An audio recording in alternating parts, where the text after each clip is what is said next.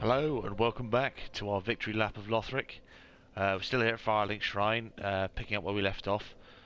Since we've quit and reloaded the game, Grey Rat will have something new to say. And look, he's all huddled up in a ball, the poor chap. Heavens, she was already dead. Yep, so he's mourning over the death of Loretta.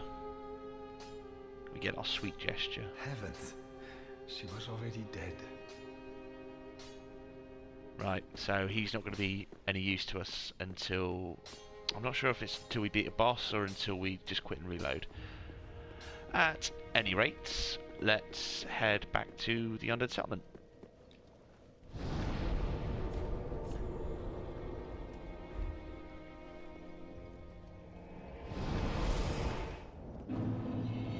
Right, so we'll start back here and we'll go along the other path towards the Warriors of Sunlight Covenant.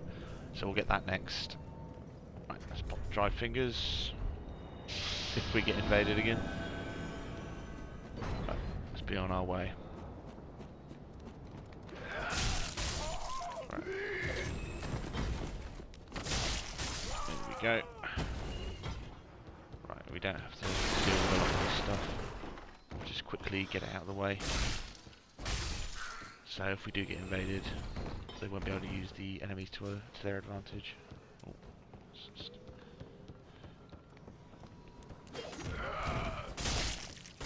There we go. Right. Let's get the old bow out. Yes, worker hat. Get old good old worker gear. Hat worn by inhabitants of the Undead Settlement. Official attire for the dissection and burial of undead. Naturally, the ceremonial significance of such work is long forgotten. Indeed, no one could continue to entertain such horrors. So, before the evangelists showed up, they would dissect and bury undead. Presumably to, I don't know, in a vain attempt to stop the reanimation. Who knows? But since the evangelists have shown up and they've taken the undead settlement workers under their wing, they've moved away from this ceremonial burial and dissection. No one could entertain such horrors. Indeed. I imagine it would be pretty fucking grim. Right, since we've got some fire arrows, it's a lot easier than using fire bombs. Let's just do this. Nice. Cool.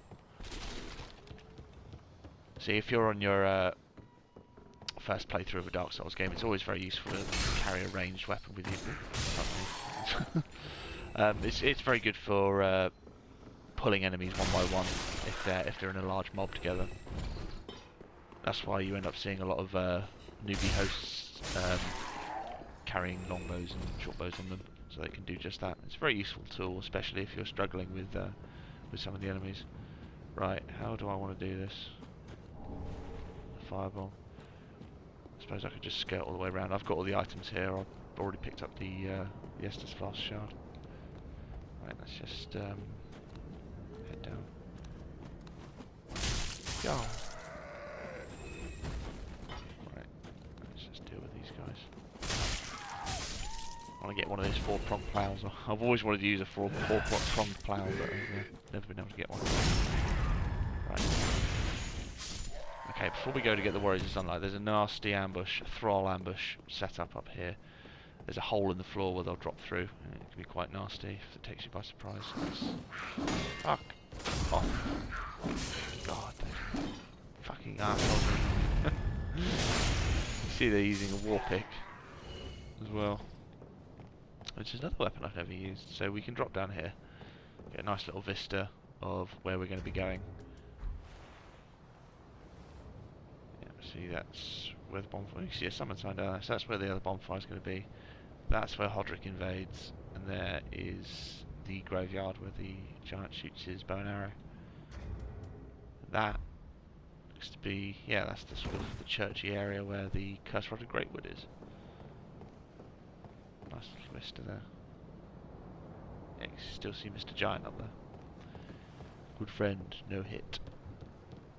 Right, let's carry on. Another Titanite Shard, always very useful. I'm kind of glad they sort of made Titanite Shards a little bit more readily available in this game. I mean, you know, the farming in Dark Souls 1, you know, it's fine. I don't mind farming. I mean, I played Final Fantasy when I was a kid. I have no qualms about farming and grinding, but you know, it's sort of when you get a little bit older in time, is a bit more of the essence. You want to, you don't want to spend so much time farming for stuff. Right, these cage spider guys are weak to thrusting damage. So if I was to hit them with my sword, I would do really shitty damage. Let's just try this. 93 damage. The bow, 104 damage.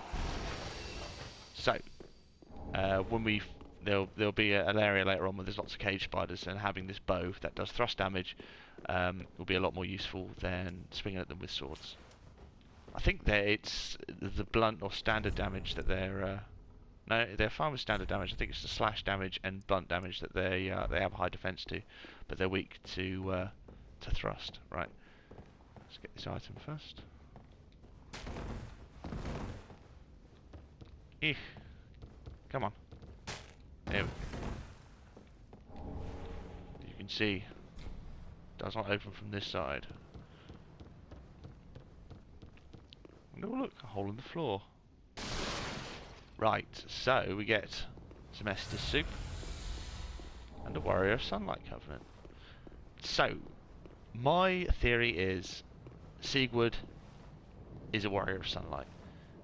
He must be a Warrior of Sunlight. I mean, we never get to summon him, so we don't get to see a summon sign, because that would be a definite giveaway as to whether he was a Sunbro or not. But whenever he cooks up Estus soup, and we always find a relic or an item relating to the Warriors of Sunlight next to the Estus soup. So in this area, we actually get the Covenant next to the soup. In the Farron Swamp, we find a Sunlight Talisman next to the soup. And when we get to Irithyll, we'll find Sigurd next to the soup, and he's been brewing some soup, and you know, he's got to be a Sunbro, and he's always talking about the sun shining, and you know, long may the sun shine. So he has to be a Sunbro. He's got to be taking on that legacy. Right, let's read the Covenant. An ancient talisman depicting a holy symbol bestowed upon the Warriors of Sunlight, equipped to pledge oneself to the Warrior of Sunlight Covenant. Warriors of Sunlight are brilliantly beaming cooperators who place their golden signatures to help those in need, for it is their duty to deliver a great conquest to their summoner. Indeed. It's interesting, that's the sun symbol for the Warriors of Sunlight Covenant it's Solaire's symbol, isn't it? That design was created by Solaire, I believe, and that's why he painted it on all of his equipment and his shield and armor and stuff. So obviously his legacy once again lives on in this game, which is nice. So, well, I mean, it doesn't really matter, but we'll equip it anyway. We'll be a Sunbro for the moment. We're not going to do too much co-op. Maybe just to farm up some Covenant items. Right, so let's use a weapon art on this thing. Let's see what that does. Fucking one shot. Nice. Right, so this is where the Thrall ambush would happen. Right, let's just get rid of these guys. Right, these guys, these hollows, these red eye hollows can drop their weapon called a harp, and on all of my playthroughs I have never been able to get one, and I'm hoping to farm one up for my Soul Level 90 invasion character. I'm gonna have to get my mimic hat and my rusty gold coins out to try and farm that up. Pew! Nice. I mean, this bow isn't that great, and its weapon art is. The only thing about this bow's weapon art is that you can't hold it like you can with the Millwood weapon art, so that would be entirely more useful than just it firing automatically if you could hold it. Well, never mind. Right, this area can be a bit of a pig. There's a few little side areas that people may not know about. You can break these boxes and stuff to get a couple of extra items. So, consumable soul. Let's see. Let me see. Nice little vista there.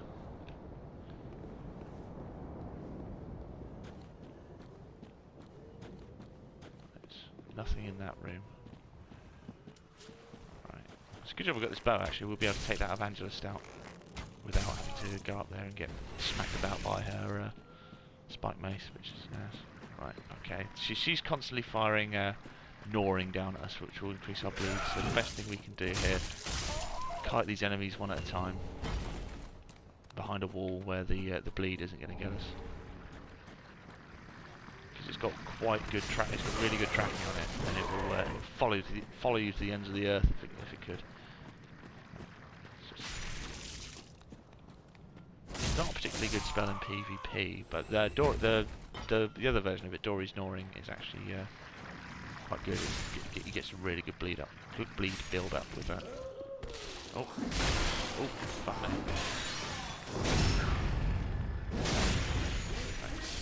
Ha! You can whip it. Right, we got a whip. Not a weapon class that I've used extensively for fairly obvious reasons. The whip classes are generally quite underwhelming. The Witch's Locks is quite good. It's got a very good weapon art. Leather whip that was never intended for use in combat, of little use against armor and tough scales, but quite formidable against enemies with exposed skin. So I presume that this might be quite good against the hollows in this area. Let's try that out, shall we? I mean, it's unupgraded, so we're probably not going to do that much damage. Let's give it a go. Yeah. You must whip it. Let's do it against this guy. Oh, fucking hell. That's awful. Oh, ow. Right. I'm gonna get fucking smushed by this guy. Oh, shit. Right, okay. Let's not fuck around with that just yet.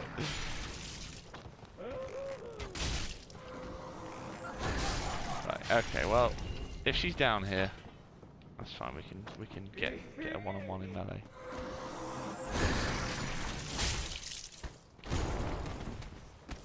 Right, a good tactic if you can parry this guy, girl, sorry.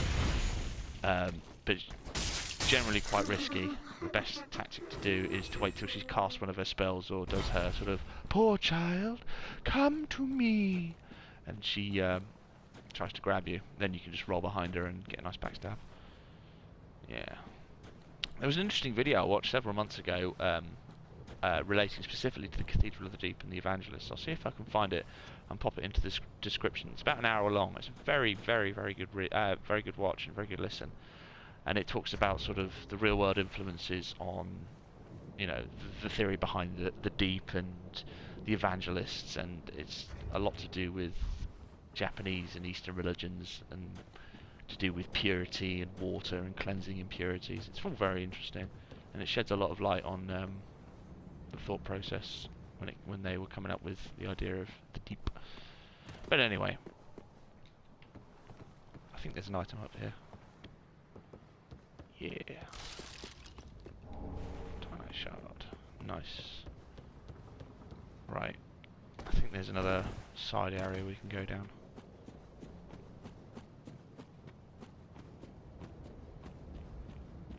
Yeah. You get another Titanite shard. Right, now we're going to have to deal with Hodrick and his nonsense. Holy Knight Hodrick. I mean, even though we sort of befriended him, inverted commas, down below the undead settlement, he's still not above invading us. So let's get down here and we'll unlock the bonfire. With these NPC invaders, I believe you can still rest at the bonfire, even though you can still rest at the bonfire even though you've been invaded, which is I think more of a gameplay consideration, really. Right. That undead settlement slave up there, he's got quite a long range on him, and he can come up here if you get too close. Right, let's just... Yes, very good, Hodrick. Well done. Right. I don't have a parry shield, otherwise I'd fucking parry this guy. Right. Come on. Do your thing. I don't want him to cast power with him. Oh fuck. Oh, I got it just in time. Oh shit. Oh god, here we go. I knew it, I fucking knew it. I should have dealt with this guy. Right, okay. Right, how am I going to do this? Maybe he'll get caught up there. Come on, give me that guard break. No! Fucking Christ. Oh shit. Oh shit. Oh dear. Go on, Hodrick, stay up there, please. Yes, just let power within. Drain all your health away. Right, come on. Fucking bleed build up, man. Right, okay, he's good. Okay, good. That. Fortunately, he got stuck up there. He just. No warmth for you. Fuck. Oh, Hodrick parry king. Confirmed. Ow. Jesus wept. Ow. Right, it's fine. Whoop! Come on. You can't fight my spam, boy.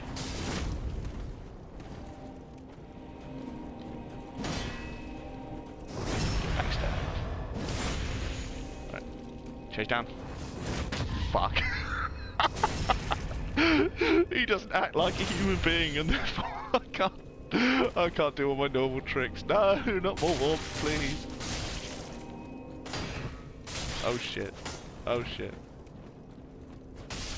Fucking do one, Hodrick.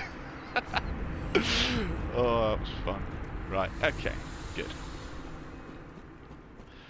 Jesus, if I did that badly against him now, I'm gonna have to summon him in the swamp, and he's gonna fucking wreck my ass.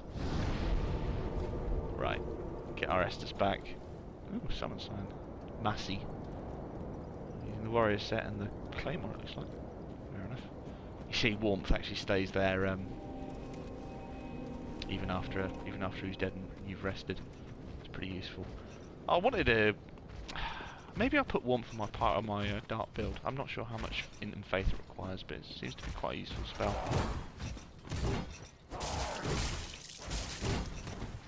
Right, let's just deal with this guy. You can actually parry these guys. I don't know if I've got a parry shield on me. I do. Oh shit. Whoa! Okay. Right, let's try this. Ah. Come on. There you go. Yes, so you can parry these big guys. I don't think you can parry the pots, but you can definitely parry the machetes.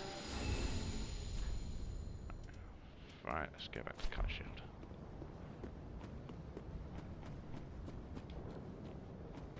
Right. If interesting fact. Do you know at the start of the game you're allowed to choose a starting burial gift? If you choose the white birch branch, it is the white birch branch that is normally given to you by the giant that's firing the, oh shit, don't want to do that.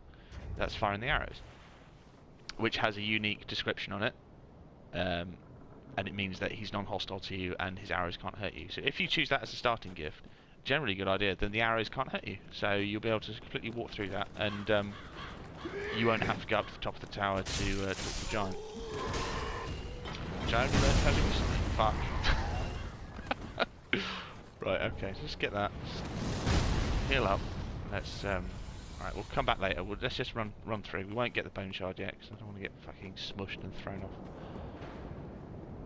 Oh shit, no. Too tempted to bowl the shinies. No. Right, straight into the house, into the death house.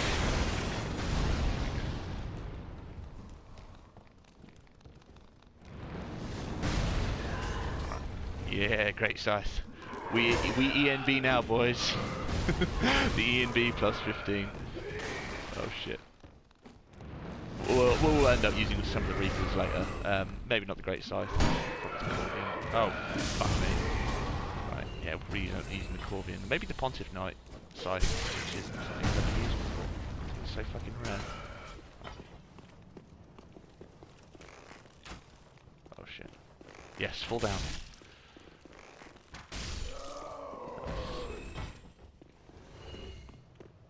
Right, fuck it, let's just go. Let's open the shortcut.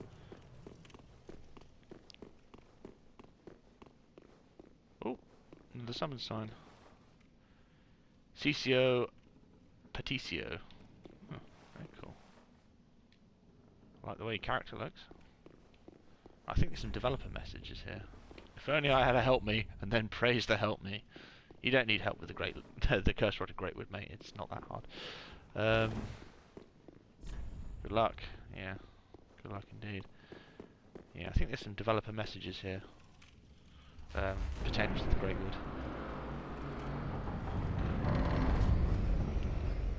Yeah, great curse-ridden tree ahead.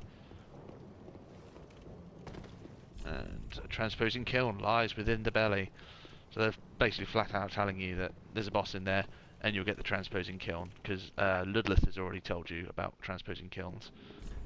Could this be a trap? Could very well be. You see, surrounded by trees in this little courtyard. Hollows come out of those holes in the wall there. All these flowers. And they're all worshipping the tree.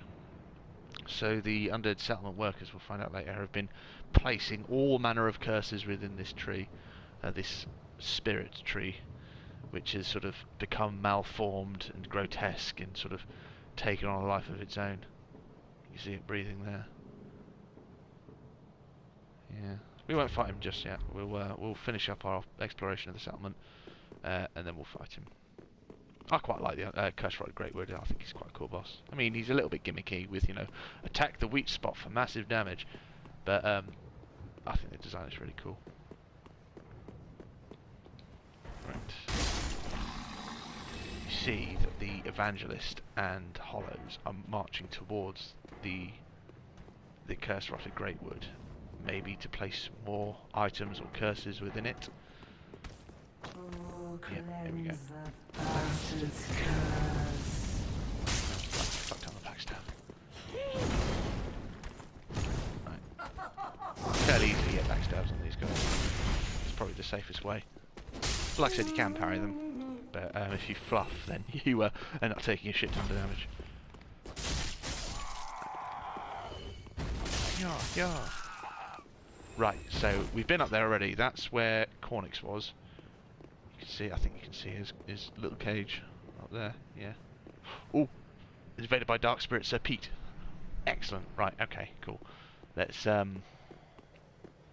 see if we can open up a shortcut before he finds us and kills us.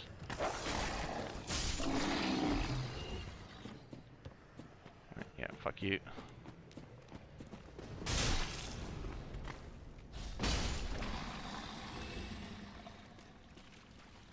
God, I hope he doesn't trap us down here. Oh shit. Oh, fucking rats. Rats are the final boss of Dark Souls. And we get our parry spam tool, the Cestus. Actually quite useful for ultra builds. I've been using it on my soul level 90 invasion guy. There we go. We get our blood bite ring as well. I'll read that in a second once we unlock this shortcut. Right. Cool. Right, so can't rest at the bonfire. What can we do? I suppose we're just going to have to keep carrying on.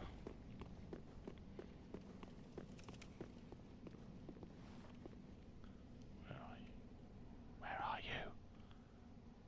Let's see if we can read the ring whilst we're here. One of the bite rings native to Kareem increases bleed resistance. The crafting of these rings is forbidden, perhaps owing to a fear of malleable stone. Clerics, however, dabble freely in the art. So I believe these were by Earl Arstor as well. At least in Dark Souls 1 they were. And he was one who was dabbling with curses and ways to, you know, transfer the undead curse. And he doesn't, obviously he's not successful, but he creates the purging stones, which transfers other curses into a vessel in order to rid you of it. Right, okay. I'm a bit worried about where this invader is. Oh shit. Where'd that come from? Oh fuck. Oh fuck. Oh fuck. How are we gonna do this? Let's just pull these enemies over.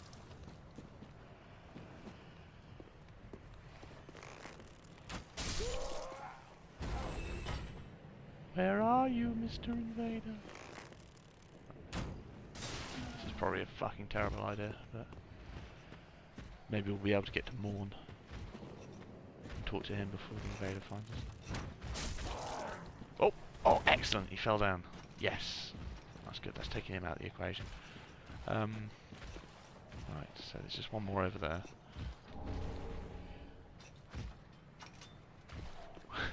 I love being invaded. Makes everything so fucking tense.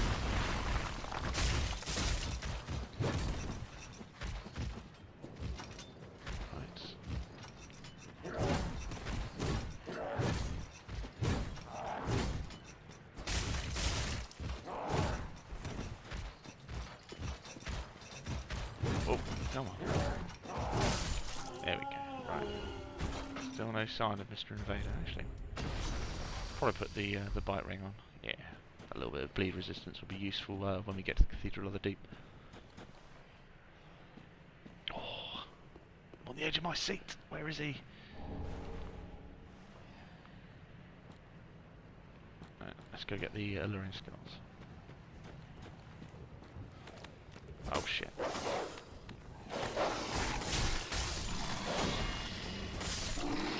Nice. Okay, cool.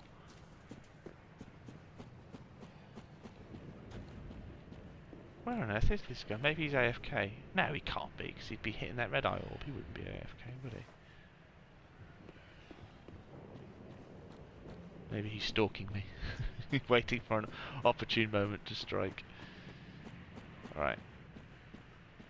Since he's not turned up yet, let's talk to not Morn Egon. Sorry, I always get those two names mixed up. You see up there? That body bag was where we found the stoneplate ring, so up there is the entrance to the Mamluks Covenant.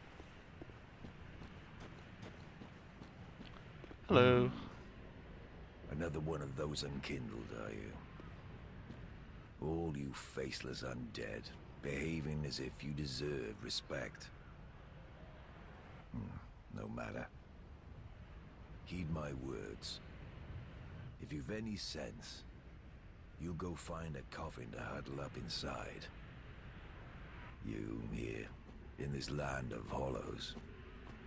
You're like oh shit! Oh, fair enough. Okay, let's... Oh fuck, right. Okay. Whoop! Okay, he doesn't look like he's twinking, that's good. Thank you for ruining my dialogue. Okay, alright.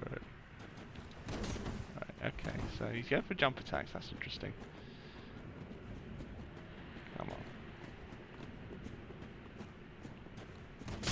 Ow. Didn't space that correctly.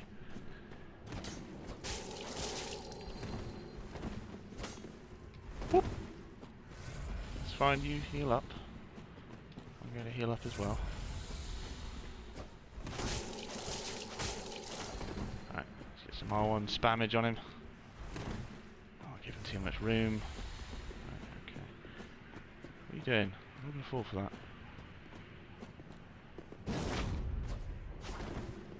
Right. Sir Pete. I haven't got my shield up, that's not going to work. Oh fuck, here we go. Yes! Yes! Victory is mine! Dark Spirit destroyed. GG, Sir Pete. Thank you very much. Hey, I didn't die. Woo! Right, Egon. Another all you faceless. No matter. If you've any sense, Go find a coffin to huddle up you inside. go find a coffin to huddle up inside. You, here, in this land of hollows.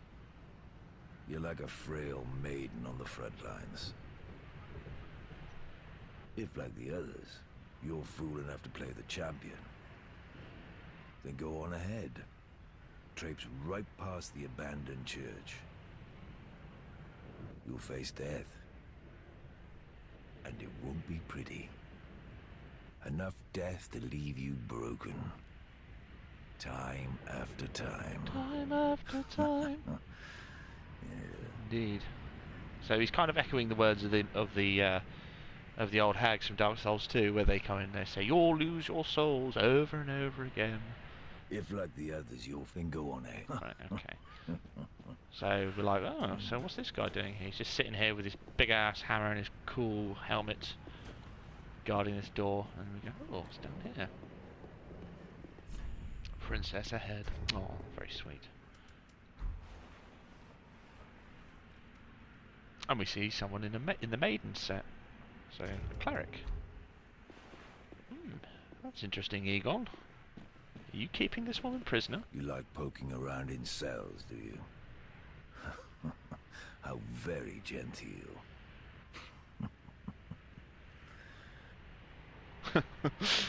Ah. Taken an interest in her, have you? Well, she's a lost cause. Couldn't even become a firekeeper. After I brought her all this way and got her all ready. She's beyond repair, I tell you. So The woman's a lost cause. she was Couldn't destined even to be a become firekeeper. She's beyond But repair, failed. I tell you.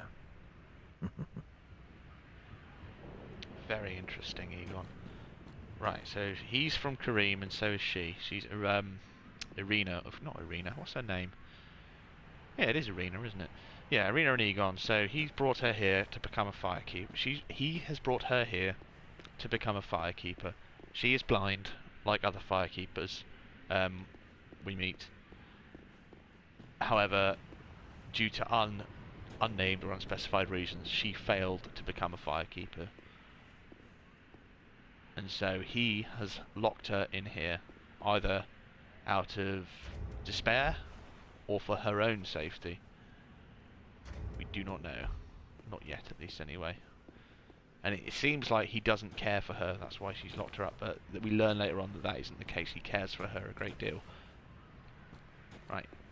We can actually get down there and unlock her, like, now. That jump is survivable if we take off all our clothes and jump down there. Because the amount of fall damage you take is based on your dexterity, I believe. So if you have high enough dex, and also it depends on your equip burden, so the heavier armor you have, the more damage you'll take. So if you take off all your clothes and equipment, you jump down there, you're more likely to survive. Which I might just do, actually. Let's give it a go. Right, let's heal up. Right, let's take all this shit off. All the rings.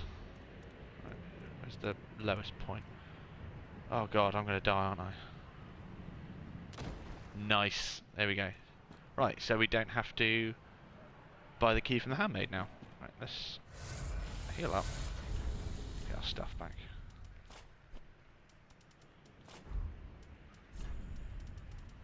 So if you want to get to the miracle teacher as soon as possible, without having to, I think you have to give her the mortician's ashes from the graveyard to get the key to this area. So you can always just charge down here. Right, what was I wearing? It was a thief mask, wasn't it? Deserter armor, leather gloves, chain leggings. Nice.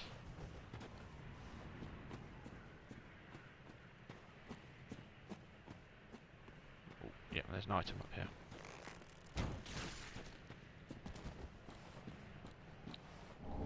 Blessed red and white shield. Right. So, I don't think there's any particular lore in this. Standard round wooden shield, it features a striking red and white design. Wooden shields are light, manageable, and offer relatively high magic absorption. So, you know, it doesn't have any lore in it. The fact that it's blessed is worthy of note. So, it belonged to a cleric. A holy man. So that is the important take-home point of that. It's not the fact that it's red and white, because that doesn't tell us anything. It's the fact that it belonged to a cleric, and it's been it was attached to a body, slung down, or sort of hung up in this ditch. Right, let's go back first and go through the moist grave before we get Irina. Right. Oh shit! I forgot this guy's down here. Fuck! Don't kill me.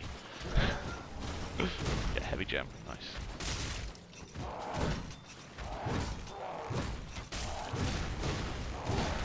Good job.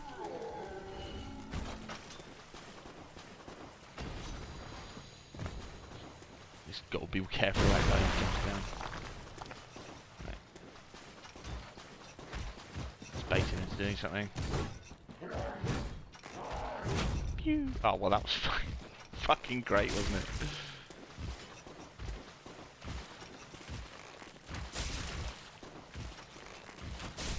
See how much the fire arrows do. 72, 73. Oh, so they're slightly weak to fire. Interesting. There we go. I think a lot of things early on in the game are weak to fire. So getting the fire gem as your starting gift is generally a good idea. So against the PvE, you come across anything fire infused you have will serve you well. Right, so let's go in backwards, shall we?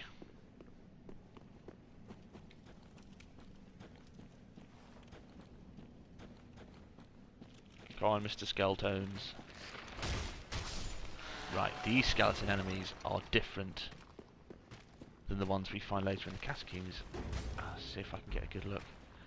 These guys have got like tree roots growing out. They're similar to the ones we see sort of sat in the chairs. They're part of the environment. Come on, just oh shit. Yeah, so they've got tree roots coming out of their mouth and sort of throughout their entire body, which is very, very interesting. Again, with tree lore. Go on, Mr. Skull, stop rolling. Get a good look at that. Yeah, you can see the trees have forced the roots or branches have forced the way through the skeleton. So, like I said, maybe this is the final stage of the undead curse. Eventually, sort of. Interesting. Like the ribcage is absolutely full of maybe roots. That's very interesting. That's very interesting. Maybe the curse. I don't know. It must. That has to do with the undead curse. Absolutely. I'm gonna have to go away and think about that for a while. I'll come back and give you my opinion on it later. But yeah, these guys are also wearing bits of equipment from the undead settlement. You see, he's got that bone necklace on him and like tattered bits of cloth. So these guys were denizens of the undead settlement before they were sort of thrown down here or buried down here. Oh shit! Oh, and you see that guy's wearing the undead worker hat. Please stop, Mr. Bones. Let me get off your wild ride. Yeah. So these were denizens of the undead settlement, as you can tell. See, there's his hat. Little undead worker hat. But they're using, you know, scimitars and falchions and things. Yeah, the fact that they're filled with roots. Very interesting. Maybe that's what's happening on the inside of all undead. Maybe when you go hollow, yeah, the tree or the roots sort of grow inside you.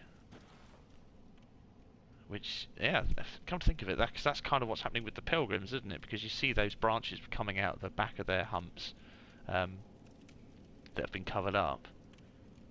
Yeah. Right, so another important piece of equipment, the red hilted halberd. The red hilted halberd meta, people. This is another cleric's weapon. Long hilted weapon mixing spear and axe. The red hilted halberd is associated with clerics. Can be thrust like a spear or swept sideways like an axe, making it a versatile weapon effective against multiple foes. It's a very good weapon. It's got perseverance and assume an unfaltering stance of prayer to temporarily boost poise. Damage reduced while activated. Very good weapon. Its R1s are legendary, especially one-handed. It's got very good tracking, come out very quickly, get some nice thrust counter damage with it. And obviously perseverance. If you're using, say, the Silver Eagle Kite Shield, you can keep your sweet one-handed moveset and still bust out perseverance whenever you need to. We'll definitely be using that later. Very enjoyable weapon. And again, it's a cleric's weapon, so we've got the blessed red and white shield, then the red hilted halberd, and also a statue of Velka, as well as a loincloth, because, you know, you need a loincloth. So this is a statue of Velka, the goddess of sin. And this is the only sort of real reference we get to Velka in this game. So obviously this is another sort of cleric-y, religious man's sort of relic down here. So we got the statue of Velka, we got the halberd, and we got the blessed shield. So these are all cleric items, and they've been discarded down here and locked away, either by the evangelist or members of the undead settlement. So they've obviously abandoned any faith they've had in the old gods in favour of following the evangelists and Aldrich, the way of Aldrich.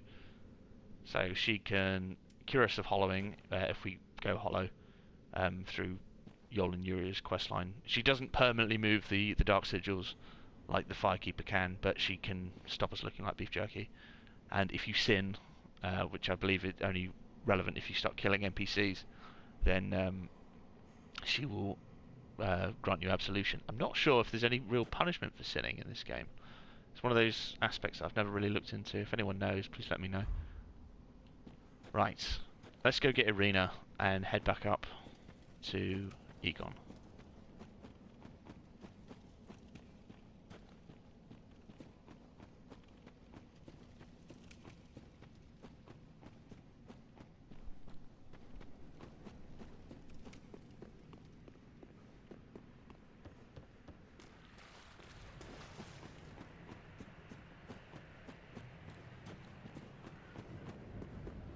Right, oh god, the rats. Forgot about these guys. Oh shit, oh shit. Oh fuck. We fucked, boys. Oh no, we're alright. Oh fuck. Come on, please, attack. There we go. Oh shit, there's still one more. Yeah. Rat Covenant lives, people. It's still here. Right, another cleric's item. The Saint's Talisman. Right, let's have a look. Where are you? Medium for casting miracles of the gods. Ivory talismans are given only to women clerics, and faith greatly affects their effectiveness. There is a certain frailty to this talisman, which undermines the steadfastness granted by its skill. A couple of things to note here. Obviously, another cleric's item we find down here, locked away in like a sewery, abandoned grave. Again, they've abandoned their faith in, you know, the old gods. Also, we find Irina directly up these stairs.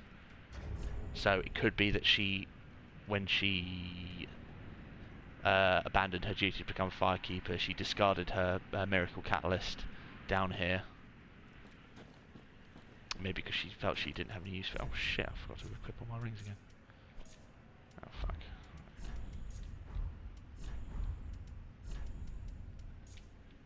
Also, on a gameplay note, where are you? It says, there is a certain frailty to this talisman which undermines the steadfastness granted by its skill. So it's got Unfaltering Prayer, which gives you poise when you're casting, which is a very useful skill for miracle casters in PvP.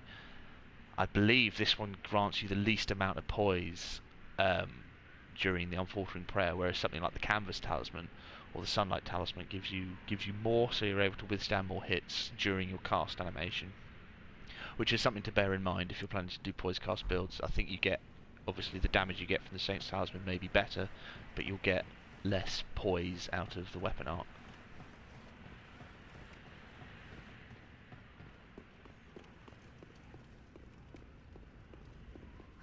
Who is there? Is someone there? Anyone? Oh, please, whoever you are, touch me. The dark surrounds me, nibbles at my flesh. Little creatures, they never stop biting. So please, hold out your hand and touch me. Ooh, that's an invite and a half.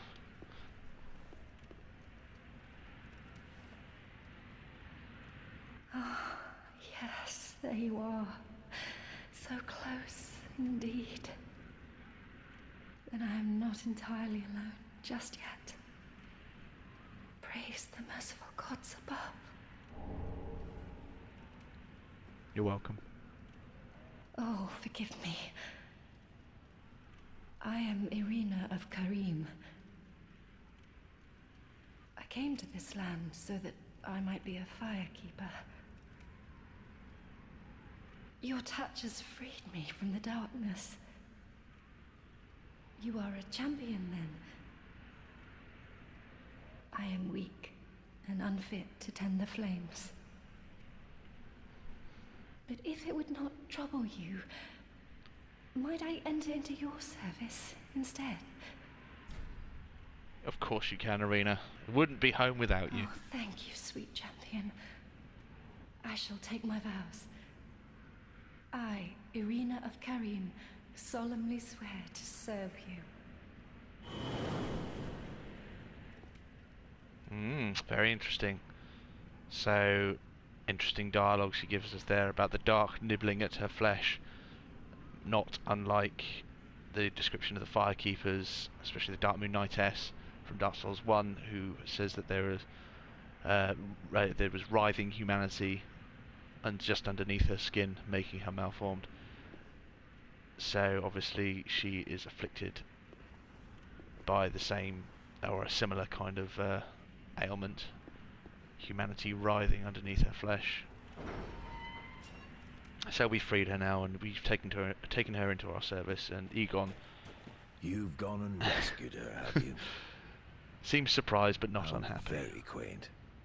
Pitying creatures that are beyond help.